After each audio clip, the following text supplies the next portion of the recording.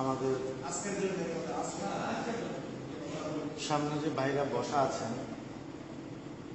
ওনাদের পক্ষ থেকে একজন এতক্ষণ নাতি দীর্ঘ বয়ান করছেন। আযানের পূর্বে সালাতু সালাম জায়েজ বা মুস্তাহাব এটার উপরে আমরা পরিষ্কার আমাদের দাবি লিখে দিয়েছি যে আযানের পূর্বে সালাতু সালাম পড়া বেদাত। আমাদের দাবির মধ্যে পরিষ্কারভাবে আমরা উল্লেখ করে দিয়েছি, কোনো অংশ আমরা বাকি রাখিনি। এখন ওনারা যে সকল দলিলগুলো আপনাদের সামনে পেশ করছেন, আমাদের এই দলিলগুলো জবাব দেওয়া ছাড়া উপযুক্ত কথা বলার তেমন কোনো প্রয়োজন নেই। কারণ ওনারা একটা জিনিস আপনারা খুব ভালোভাবে উপস্থিত সবাই লক্ষ্য করছেন যে ওনারা একটা হাদিস শরীফ বা একটা আয়াতে কারিমা অথবা সাহাবীদের কোনো একজনের আমল অথবা তাবিঈনদের কোনো একজনের আমল অথবা তবে তাবিঈনদের কোনো একজনের আমল দেখাতেই পারে না যে সাহাবা তাবিঈন তবে তাবিঈন এবং আল্লাহর হাবিব কেউ একবার জীবনে আযানের আগে সালাতু সালাম করছে, একটা রওয়ায়াত ওনারা পেশ করতে পারে নাই। আপনারা পরিষ্কার দেখছেন। বরং ওনারা দুরূদ শরীফের ফজিলতের কথা বলা সর্বপ্রথম আমি কথাই শুরু করে দিই। প্রথমে ওনারা বলতেছিলেন যে ইয়া আইয়ুহাল্লাযীনা আমানু সাল্লু আলাইহি ওয়া সাল্লিমু তাসলিমা। এই কথার মধ্যে পরিষ্কার আল্লাহ তাআলা বলছেন তোমরা আল্লাহ রাসূলের প্রতি সালাত পড়ো, সালাম পড়ো। এটাকে কোনো সময়ের সাথে নির্দিষ্ট করেন নাই, যে কোনো সময় পড়তে পারবে। সুতরাং আযানের পূর্বেও যেহেতু যে কোনো সময়ের মধ্যেই পড়ে, সুতরাং তখনও পড়তে পারবে। এই আয়াত ওনারা বলছেন আমরে মুতলাক। আবার ওনারাই বলছেন 7 জায়গায় দুরূদ শরীফ পড়া মাকরুহ। তাহলে ওনারাই আবার এটাকে নিজের কথা কি নিজে ভাঙলেন। উনি বলতেছেন প্রথমে কোনো বাধা নাই আয়াতে, সর্বাবস্থায় পড়া যাবে। এরপর আবার ওনারাই ফতোয়া শামিল উদ্ধৃতি দিয়ে আবার বলতেছেন না 7 জায়গায় আবার পড়া যাবে। তাহলে ওনারাই তো বলতেছেন এটা আমরে মুতলাক। তো এটা ওনারা মুকাইয়াদ করার পর এটা মুতলাক থাকে বলে। হ্যাঁ, মুতলাক মুকাইয়াদ অর্থাৎ ওনারা বলতেছেন এটা স্বাভাবিক বিষয়, এক্ষেত্রে কোনো বিধি নিষেধ নাই, কখন পড়া যাবে কখন যাবে এটাকে মুতলাক বলে আর কি, যেটা আরবি আপনারা হয়তো বুঝতেছেন। আরেকটা হলো মুকাইয়াদ, মানে এটাকে সময়ের সাথে নির্দিষ্ট করা যে এখন পড়া যাবে, এখন পড়া যাবে না, এখন পড়া যাবে, এখন পড়া যাবে না। ওনাদের দাবি ছিল সর্বাবস্থায় দুরূদ পড়া যাবে। আবার ওনারাই প্রমাণ করছেন 7 জায়গায় পড়া যাবে। এখন আমার প্রথম কথা হলো, যেটা আমি ওনার দলিলগুলো একটা একটা জবাব দেওয়ার আগে প্রথম কথা তা হলো, আমরা আল্লাহ এবং তার রাসূলকে মানার হুকুম পেয়েছি আল্লাহর কিতাব আর রাসূলের সুন্নাহ থেকে। কোরআনে কারিমে অন্তত 100 আয়াতে বা এর থেকে ঊর্ধ্বে আল্লাহ রাব্বুল আলামিন আমাদেরকে আল্লাহর হুকুম মানতে বলেছেন এবং রাসূল করিম সাল্লাল্লাহু আলাইহি ওয়াসাল্লামের তরিকা অনুযায়ী চলতে বলেছেন। আল্লাহ রাসূল সাল্লাল্লাহু আলাইহি ওয়াসাল্লামের জিন্দেগি থেকে যা পাওয়া যাবে এবং রাসূলের পাঠশালায় পড়া সাহাবায়ে কেরামদের জিন্দেগি থেকে যা পাওয়া যাবে। কারণ অনেক সময় আল্লাহ রাসূলের বহুত কথা সাহাবায়ে কেরাম আমলের দ্বারা সংরক্ষণ করেছেন, যেটা সাহাবীদের আমলের থেকে বোঝা যায় এটা হুজুর সাল্লাল্লাহু আলাইহি ওয়াসাল্লাম থেকে এই সাহাবী কখনো শুনেছেন, এই জন্যই তিনি আমল করতেছেন। এই জন্য আল্লাহ রাসূলের কথার সাথে সাহাবীদের আমল দুইটাকে আমরা মিলে আমাদের সামনে দাঁড়াবে কিতাবুল্লাহ আর সুন্নাত রাসূল, আল্লাহর কিতাব আর রাসূলের সুন্নাহ। এখন আল্লাহর কিতাব আর রাসূলের সুন্নাহর বাইরে, উসওয়ায়ে সাহাবীদের আদর্শের বাইরে আমরা কেউ যদি কোনো একটা বিষয় কোনো সিদ্ধান্ত দিয়ে এটাকে শরীয়তের ইবাদত বলে প্রমাণ করতে যাই, যেটাকে আমরা যেমন আমাদের ভাইরা বললেন এটা মুস্তাহাব। মুস্তাহাব হলো শরীয়তের একটা পরিভাষা, ফরজ একটা পরিভাষা, এটা অবধারিত পালন করতেই হবে। ওয়াজিব এটা একটা পরিভাষা, এটা অবধারিত পালন করতেই হবে, তবে আগের থেকে এর স্তরটা একটু নিম্ন। এরপর সুন্নতে মুআক্কাদা, তারপর সুন্নতে গায়রে মুআক্কাদা, এরপরে মুস্তাহাব, এরপর মুবাহ। তাহলে এগুলো শরীয়তের একটা স্তর। তো মুস্তাহাব শব্দের অর্থ হলো এটা একটা ইবাদত, যেটা করলে সওয়াব হবে। এটা একটা ইবাদত যেটা করলে সওয়াব হবে। তাহলে এটাকে আমাদের ভাইরা ইবাদত প্রমাণ করলেন। কিন্তু ইবাদত প্রমাণ করার জন্য আল্লাহর রাসূলের একটা কথাকেও পেশ করতে পারলেন না দলিল হিসেবে, সাহাবীদের একজনের আমলকেও পেশ করতে পারলেন না দলিল হিসেবে। ওনারা শুধু দুরূদ শরীফের ফজিলতের কথা বলতেছেন, বাস দুরূদ শরীফের যেহেতু ফজিলত আছে সুতরাং আযানের আগেও দুরূদ শরীফ পড়তে হবে। এখন আমি এই প্রথম পয়েন্টটার উপরে একটা হাদিস আপনাদের সামনে পেশ করি। তিরমিজি শরীফের হাদিস, হযরত আব্দুল্লাহ ইবনে ওমর রাদিয়াল্লাহু তাআলা আনহুর রওয়ায়াত, কিতাব দাওয়াতের হাদিস, তিরমিজি শরীফ। হযরত আব্দুল্লাহ ইবনে ওমর রাদিয়াল্লাহু তাআলা আনহুর সামনে এক ব্যক্তি হাসি দিল, দিয়ে বলল, আলহামদুলিল্লাহি ওয়াস সালাতু ওয়াস সালামু আলা রাসূলিল্লাহ। তিনি হাসি দিয়ে বলতেছেন, আলহামদুলিল্লাহ ওয়াস সালাতু ওয়াস সালামু আলা রাসূলিল্লাহ, রাসূলের প্রতি দুরূদ শরীফ পড়ছেন। তা আমাদের বাইরের বক্তব্য অনুযায়ী উনি তো ঠিক মতো আমল করছেন, যেহেতু দুরূদ শরীফের কোনো নির্দিষ্ট সময় নাই, হাসির আগেও পড়া যেতে পারে, হাসির পরেও পড়া যেতে পারে, অসুবিধা কি? এখন এই আব্দুল্লাহ ইবনে ওমর যখন এই লোকটার কথা শুনলেন, তো হাদিসের শব্দটা ইবনে ওমর কি বলতেছেন? ইবনে ওমর বলতেছেন, তুমি যেভাবে পড়েছো, শব্দটা হাদিসের শব্দটা আমি আপনাদেরকে শুনাই, তুমি যেভাবে পড়েছো এইভাবে আল্লাহর হাবিব সাল্লাল্লাহু আলাইহি ওয়াসাল্লাম আমাদেরকে শিখান নাই, বরং রাসূল করিম সাল্লাল্লাহু আলাইহি ওয়াসাল্লাম আমাদেরকে শিখাইছেন আলহামদুলিল্লাহি আলা কুল্লি হাল।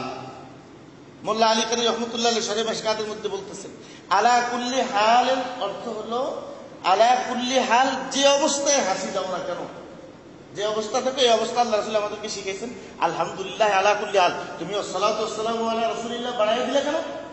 এটা তো আল্লাহ রাসূল আমাদেরকে শিখাবেন। তিরমিজি শরীফের হাদিস।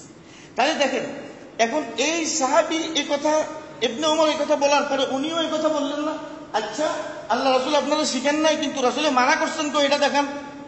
উনিও এই প্রশ্নটা করলেন না, উনি মেনে নিলেন। ইবনে ওমর রাদিয়াল্লাহু তাআলা বলতেছেন, আল্লাহ রাসূল আমাদেরকে এই জায়গায় সালাতু সালাম শিখান নাই, আমরা কেন করব? ইবনে ওমর রাদিয়াল্লাহু তাআলা এটা বললেন, উনিও মেনে নিলেন, এবং এই হাদিসটা আবার ইমাম তিরমিজি ওনার কিতাবেও আনলেন। ইমাম তিরমিজি রাহমাতুল্লাহি আলাইহি কথাকে সমর্থন করতেছেন, হ্যাঁ আল্লাহ হাবিব সাল্লাল্লাহু আলাইহি ওয়াসাল্লাম যেহেতু শিখান নাই, এটা উম্মতের জন্য ইবাদত হতে পারে না। এখন আমার এই ভাইদের কাছে আমাদের জিজ্ঞাসা হলো, এই যদি সালাতু সালাম পড়ার কোনো অর্থ নির্দিষ্ট নাই থাকবে, কোনো বাধাই নাই থাকবে, তাহলে আব্দুল্লাহ ইবনে ওমর হাসির পরে আলহামদুলিল্লাহর সাথে ওয়াসসালাতু ওয়াসসালামু আলা রাসূলিল্লাহ বাড়ায়া দেওয়ার দ্বারা ইবনে ওমর ওনাকে ধমক দিলেন কেন, মানা করলেন কেন, আল্লাহ রাসূল আমাদেরকে শিখান নাই এই কথাটা বললেন কেন? পরিষ্কার হলো, রাসূল যদি কোনো কিছু শিক্ষা না দেন, ডাইরেক্টলি অথবা ইনডাইরেক্টলি, এটাকে শরীয়তের ইবাদত বানানোর অধিকার কোন উম্মত সংরক্ষণ করে না, কারো এই অধিকার নেই। ইবাদত হবে আল্লাহ রাসূল যেটা শিক্ষা দিয়েছেন সেটা। 2 নম্বর কথা হলো, আজানের পূর্বে দুরূদ শরীফ পড়া, আমাদের ভাইরা বলতেছেন এটা একটা দলিলের এক পর্যায়ে বলছেন এটা একটা মুহিম্মা, উমুরে মুহিম্মার অন্তর্ভুক্ত, খুবই গুরুত্বপূর্ণ কাজ। তো এই আজানের পূর্বে সালাতু সালাম বা আজান দেওয়া খুবই গুরুত্বপূর্ণ কাজ। এটা তো 1400 বছর পরে গুরুত্বপূর্ণ হয়েছে এমন না, এটা আল্লাহ রাসূলের উপর আজান যখন মাশরু হয়েছে, নাজিল হয়েছে, তখন থেকেই তো এটা গুরুত্বপূর্ণ ছিল। তো আপনারা একটা রিওয়ায়াত পেশ করেন, এই গুরুত্বপূর্ণ কামটা শুরু করার সময় বেলাল 15 বছর আজান দিচ্ছেন, যে 15 বছরে একবার আজানের আগে দুরূদ শরীফ পড়তেন। একটা দলিল আপনারা পেশ করেন, তাহলে বুঝা গেল আজানটাও অত্যন্ত গুরুত্বপূর্ণ কাজ, এই জায়গায় দুরূদ শরীফ আছে। হযরত বেলাল রাদিয়াল্লাহু তাআলা আল্লাহর হাবিবের মুয়াজ্জিন ছিলেন। রাসূলের ইন্তেকালের পর রাসূলের মহব্বতে, রাসূলের বিরহ সইতে না পাইয়া মদিনা থেকে দামেস্কে চলে গেছে। মদিনায় রাসূল না, এটা উনি সহ্য করতে পারতেছিলেন না, এত বড় আশিক রাসূল। উনি এত বড় আশিক রাসূল হইয়া ওনার আজানের শুরুতে জিন্দেগি ভর আজান দিলেন, একবারও আল্লাহ হাবিবের শানে আসসালাতু আসসালামু আলাইকা ইয়া রাসূলুল্লাহ, আসসালাতু আসসালামু আলাইকা ইয়া হাবিবাল্লাহ পড়লেন না। আবার এরপরে খোলাফায়ে রাশিদিনের 30 বছর, আবু বকর, ওমর, ওসমান, আলী, 30 বছর খেলাফত আমলে সারা অর্ধ পৃথিবী পর্যন্ত ইসলাম পৌঁছে গেছে। সারা পৃথিবীর কোন একটা মসজিদে এই খোলাফায়ে রাশিদিনদের আমলে আসসালাতু আসসালামু আলাইকা ইয়া রাসূলুল্লাহ বা সালাতু সালাম কেউ দিলেন বলে একটা প্রমাণ আমাদের ভাইরা পেশ করতে পারলেন না। তাহলে আজান যে একটা গুরুত্বপূর্ণ বিষয়, এটার আগে যে দুরূদ শরীফ পড়া যাবে, এই তামাম সাহাবী একজনও বুঝলেন না, তামাম তাবেঈনরা একজনও বুঝলেন না, তামাম তাবে তাবেঈন, সমস্ত তাবে তাবেঈনরা একজনও বুঝলেন না। আমরা হঠাৎ করে ভাই এই বিষয়টা কিভাবে বুঝলাম, এবং এটাকে এত বুঝা বুঝলাম যেটাকে মুস্তাহাব বলে দিতেছি আমরা। এই জন্য আল্লাহ হাবিব সহিহ বুখারী শরীফের 1218 নম্বর হাদিস, হুজুর বলেন, মান আহদাসা ফি আমরিনা হাদা মা লাইসা মিনহু ফাহুয়া রাদ্দুন। হুজুর বলেন যে এই দ্বীনের ভিতরে এমন কোন বিষয় সূচনা করবে যেটা আমাদের মধ্যে নাই, যেটা আমার আমলে নাই, ফাহুয়া রাদ্দুন, এটা তার উপরে প্রতিহত করে দেওয়া হবে, তাকে ফিরিয়ে দেওয়া হবে। এই হাদিসটার উপরে ভিত্তি করে অনেকে বলে এখানে মান আহদাসা ফি আমরিনা দ্বারা ফি দীনিনা মুরাদ, এখানে মানে দীনিনা উদ্দেশ্য, এখানে আকীদা বিশ্বাসের কথা না। মুসলিম শরীফের হাদিসে আরো পরিষ্কার হয়ে গেছে, মান আমিলা আমালান, সহিহ মুসলিম শরীফের রওয়ায়াত 5 বার আছে। মুসলিম শরীফের রওয়ায়াত, মান আমিলা আমালান মা লাইসা মিনহু ফাহুয়া রাদ্দ। যে এমন কোন আমল করলো যেটা আমার দ্বীনের মধ্যে নাই, এমন কোন আমল করলো যেটা আমার দ্বীনের মধ্যে নাই, যেটা ইসলামের মধ্যে নাই, আমি শিক্ষা দেই নাই, আমার স্বামীদেরকে আমি শিক্ষা দেই নাই, আল্লাহর কাছ থেকে আমার উপর এমন কিছু নাজিল হয় নাই, এমন কোন আমল কেউ যদি করে তো ফাহুয়া রাদ্দুন, এটা মরদুদ। মারদুদ শব্দটা হলো পরিত্যক্ত, এটার কোনো মূল্যই নাই। তো এই যে হাদিস, আবার আরেক হাদিসে সুনানে তিরমিজি রাসূল করিম সাল্লাল্লাহু আলাইহি ওয়াসাল্লাম বেদাতের জন্য যে কাজগুলো সাহাবা তাবেঈনদের জমানায় ছিল না, এই কাজগুলো করা, এগুলো আল্লাহ রাসূলের যেমন শিক্ষা দিয়েছেন এর ব্যতিক্রম করে করা, এটা যেমন বেদাত।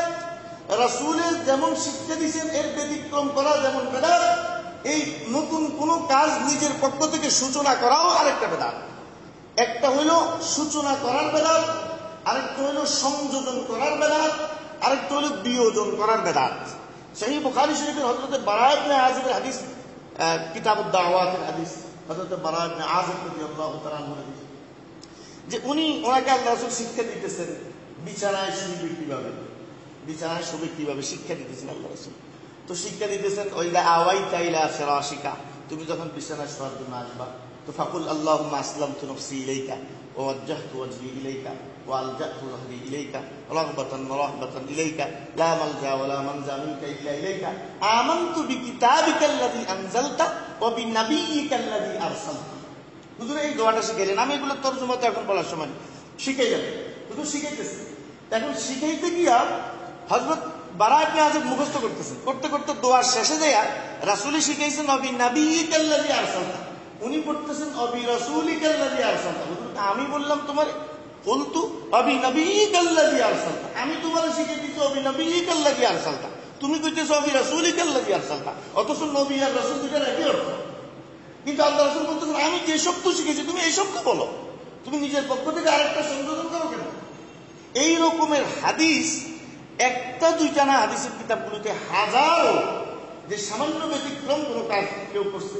যেমন আব্দুল্লাহ ইবনে ওমর হাদিস সুনানে তিরমিজির মধ্যে বাবু আদাবিল মাসাজিদ, হযরতে আব্দুল্লাহ ইবনে ওমর রাদিয়াল্লাহু তাআলা মসজিদের ভিতরে দেখতেছেন একজনে নামাজের পর ডাকাডাকি করতেছে, ইবনে ওমর রাদিয়াল্লাহু তাআলা বলে আল্লাহ রাসূল তো আমাদেরকে এটা শিখান নাই, বের করো আমাদেরকে, এই বেদাতের কাছ থেকে আমাদের সহায়তা করো। এই যে এই সংক্রান্ত কোন একজন সাহাবী রাসূলের শিখান নাই, এর বিপরীত কোন কাজকে সহ্যই করতে পারতেন।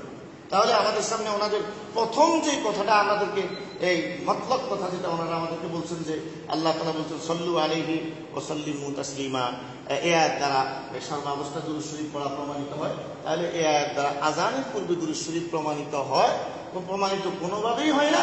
কোনো একজন সাহাবী এটা করেন নাই, কোনো তাবী, কোনো তাবেঈনও করেন নাই। থাকলে আমরা ওনাদেরকে আবারও তো ওনাদের কথা বলার সুযোগ হবে, আমরা দাবি রাখবো। থাকলে আপনারা দলিল পেশ করেন, একজন সাহাবীর আমল পেশ করেন, যেই সাহাবী জিন্দেগিতে একবার আযানের আগে আসসালাতু ওয়াসসালামু আলাইকা ইয়া রাসূলুল্লাহ বলছেন। আমরা ইনশাআল্লাহ আপনাদের কথা মেনে নিব যদি হাদিসটা সহিহ হয়। ইনশাআল্লাহ আমি প্রকাশ্য উদ্দেশ্যে ওয়াদা করলাম, আমি মেনে নিব যদি একটা সহিহ হাদিস পেশ করতে পারেন একজন সাহাবী।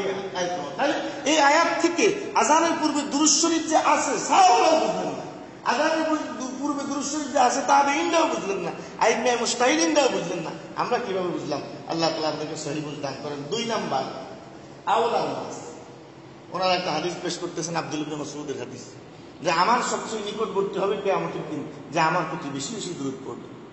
তো এটা তো আমরাও বলি যে বেশি বেশি দুরূদ শরীফ পড়বে। তাহলে আমি ভাই এখন নামাজের আল্লাহু আকবার তাকবীর বাইরে দুরূদ শরীফ পড়ি, আল্লাহুম্মা সাল্লি আলা মুহাম্মাদ ওয়া আলা আলি মুহাম্মাদ পড়তে থাকি, কারণ বেশি বেশি দুরূদ শরীফ। এখন তো কেরাত পড়ার কারণে আমার এই দুরূদ শরীফের আমলটা ছুটে যেতেছে, এখন তো রুকু করার কারণে আমার দুরূদ শরীফের আমল ছুটে যেতেছে, এখন তো সিজদা করার সময় আমার দুরূদ শরীফের আমল ছুটে যেতেছে। তো আল্লাহ রাসূল বলছে যে এই বেশি বেশি যে দুরূদ পড়বে সে আমার বেশি কাছে আসবে। তাহলে পরিষ্কার বোঝা গেল কথা যে যেই জায়গায় দুরূদ শরীফ বেশি বেশি পড়া আল্লাহ রাসূল সাল্লাল্লাহু আলাইহি ওয়াসাল্লাম থেকে প্রমাণিত, সাহাবা থেকে প্রমাণিত, তাবেঈন তবে তাবেঈন থেকে প্রমাণিত, ওই জায়গায় আমরা ওই হারে দুরূদ শরীফ পড়ব। যেমন আবু দাউদ শরীফের একটা আল্লাহ রাসূল বলেন যখন জুমার দিন আসবে তখন তোমরা বেশি বেশি দুরূদ পড়ো। ফাইন্না সালাতা মা'মুলা ইয়াউমুল জুমআহ, জুমার দিন সালাত সালাম আমার সামনে খাস করে পেশ করা হয়। তাহলে জুমার দিনের ব্যাপারে হুজুর আরো বেশি করে দুরূদ শরীফ পড়ার কথা বলছেন। তাই এখন আমাদের কথা হলো একদম পরিষ্কার, দুরূদ শরীফ আল্লাহ রাসূলের জন্য বেশি করে আমাদেরকে পড়তে হবে। কিন্তু আমাদের প্রশ্ন হলো, মুয়াজ্জিন সাহেব যখন সিঁড়ি দিয়ে উঠে তখন কিন্তু ওঠার সময় একটা দোয়া আছে। মিনারায় যদি উঠে, উপরে ওঠার সময় আল্লাহু আকবার আল্লাহু আকবার, তখন দুরূদ শরীফ পড়া শুরু হয় না। এরপর ওইটা আযানটার আগেই আসসালাতু ওয়াসসালামু আলাইকা ইয়া রাসূলুল্লাহ পড়ে তারপরে আযানটা শুরু করতেছে। এই যে মুয়াজ্জিন এই কাজটা করতেছেন, আমি আবারও আমার কথাকে রিপিট করি, এই জায়গায় যে এইভাবে কাজটা করতেছেন, এটা আপনারা কোথায় পেলেন?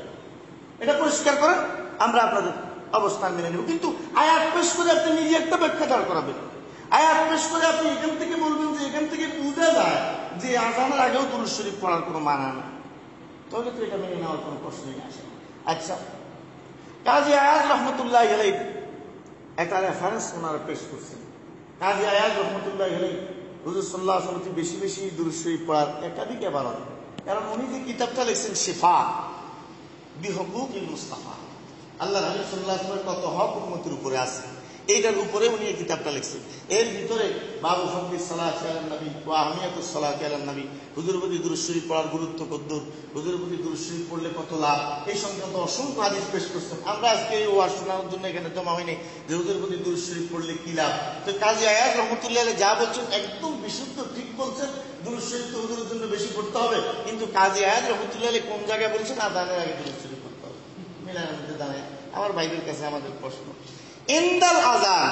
এরপরে ওনাদের জবাব দলিল নাম্বার 4 বলো, ওনারা যে খুব শক্ত করে এই কথাটা বলছেন যে এন্দাল আযান মানে হলো আযানের সময়। তো আযানের সময় বুঝাইতে গিয়ে ওরা এন্দা জবেহে কথাটা নিয়ে আসছেন, যে যেমন আত-তাসমিয়াতু ইনদা জবেহ, ফতোয়ার কিতাবে আছে প্রাণী জবাই করার সময় বিসমিল্লাহ পড়া। তো ওনারা বলতেছেন ওই যে ইনদাল আযান শব্দটা আসছে, ইনদাল আযান, তো ইনদাল আযান দ্বারা আযানের শুরুতে আগে এই কথাটা বোঝায়। এখন আমার প্রশ্ন হলো, এই ইনদাল আযান বুঝাইতে গিয়া ইনদাল জবেহের উদাহরণ আমার কি প্রয়োজন? ইনদাল আযান দ্বারা কি অর্থ, এটা ইমাম বুখারী থেকেই বুঝে নিই না আমরা, তাহলে তো হয়ে গেল।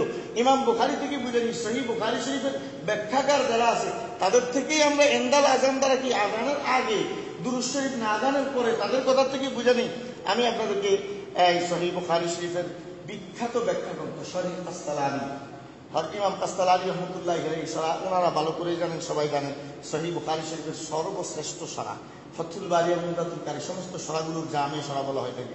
তো এরা তরজুমাতুল বাব কায়েম করতেছেন ইমাম বুখারী, বাবু দুআই ইনদান নিদা, যে এই বাব, এই অধ্যায় হলো আযানের সময় দোয়া। এবার ইমাম কাসতালানী ব্যাখ্যা করতেছেন বাবু দুআই ইনদা তামামিন নিদা, আযান পুরা হওয়ার পরে দোয়া করা। তো ইনদাল আযান দ্বারা আযানের আগে দুরূদ শরীফ কেমনে ভাই প্রমাণিত হয়েছে? সহিহ বুখারীর বাব দেখেন, তরজুমাতুল বাব, ওখানে পরিষ্কার বলে দিতেছে অধ্যায়, সহিহ বুখারী অধ্যায়ের দিকে আপনারা দেখেন না, এখানে পরিষ্কার বলতেছেন ইনদা তামামিন নিদা, আযান পুরা হয়ে গেলে তারপরে যে দোয়া পড়া, এই দোয়াটা কি? আচ্ছা, মান ক্বালা হিনা ইয়াসমাউন নাদা আল্লাহুম্মা রাব্বা হাযিহি দাওয়াতিত তাম্মা ওয়াস সালাতিল কায়িমা আতি মুহাম্মাদানিল ওয়াসিলাতা ওয়াল ফাদিলা। এবার ইমাম কাসতালানী যে তামাম শব্দটা ব্যবহার করছে এটাকেও বাদ দিয়ে দিলাম। ইমাম কাসতালানী তো ইমাম বুখারী না, উনি আরেকজন ইমাম। এবার আমরা হাদিস শরীফটার দিকে তাকাই, বাব হলো, অধ্যায় হলো বাবু দুআয়ে ইনদান নিদা, আযানের সময় দোয়া। তাহলে এটার দ্বারা আমাদের ব্রেনের মধ্যে দুইটা কথা এলো, আযানের সময় বললে তো ব্যাপক হয়, আগেও হইতে পারে পরেও হইতে পারে, কিন্তু হাদিস শরীফটার দিকে তাকাই আল্লাহুম্মা রাব্বা হাযিহি দাওয়াতিত তাম্মা, এই দোয়াটা তো আমরা সবসময় আযানের পরেই করি। তাহলে বুঝা গেল ইমাম বুখারী যে অধ্যায়টা ঠিক করলেন, আর দোয়া ইনদান নিদা, আযানের সময়ে দোয়া, এটা মানে আযানের পরে দোয়া, কারণ যে দোয়াটা আজকে তো আযানের পরের দোয়াই, সুতরাং এই ইনদা দ্বারা আগের